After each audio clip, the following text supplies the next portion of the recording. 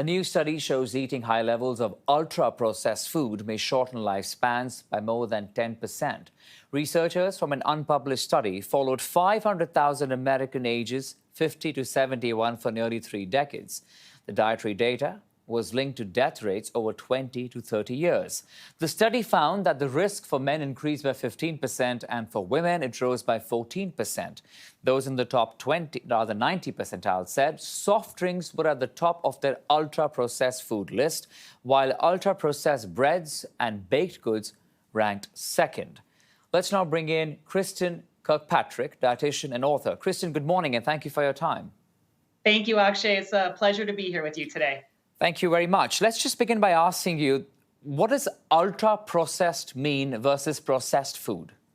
Sure. So ultra-processed foods really are industrial formulations. They contain ingredients that we would not find in our grandmother's pantry.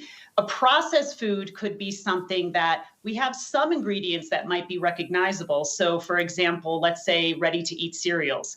They're often fortified. Processed foods are going to be things that might help to fill some nutritional gaps because of fortification.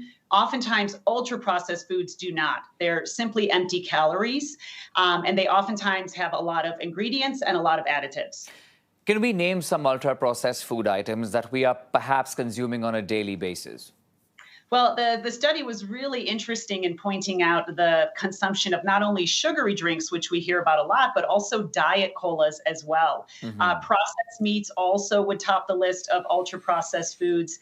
And really, if we think about things like cookies, cakes, things like that that are not made in home, that are not made from scratch, those would also be considered ultra-processed. And as the name implies, it is ultra-processed. Lots of things that are in there to help with shelf life, etc. Okay, so let's talk about what's happened with this finding. It says that lifespan was shortened by 10% for men, and it rose to about 14% in women. How was this really figured? How did they come to this?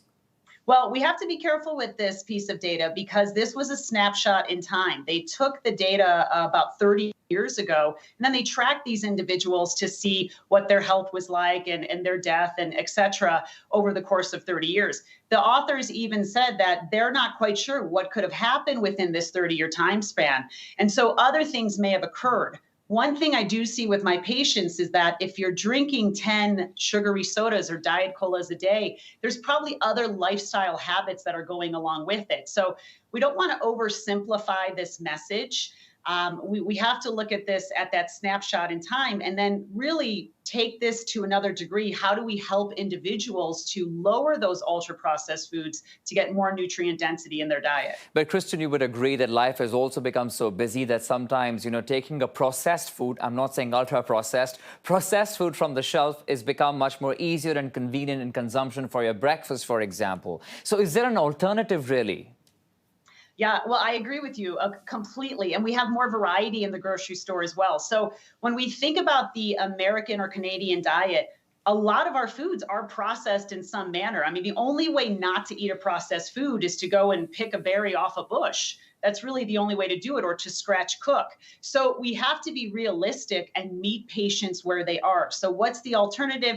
If you're having 10 diet colas a day or regular colas, let's bring that down to 2. That's a huge step in the right direction. If you're someone who doesn't eat any vegetables, but now you want to consume baby carrots, which are considered processed, that's a great option. So instead of looking at, okay, are we eating all this processed food? Let's look at how we can lower it, even in quantity. That will make a huge difference.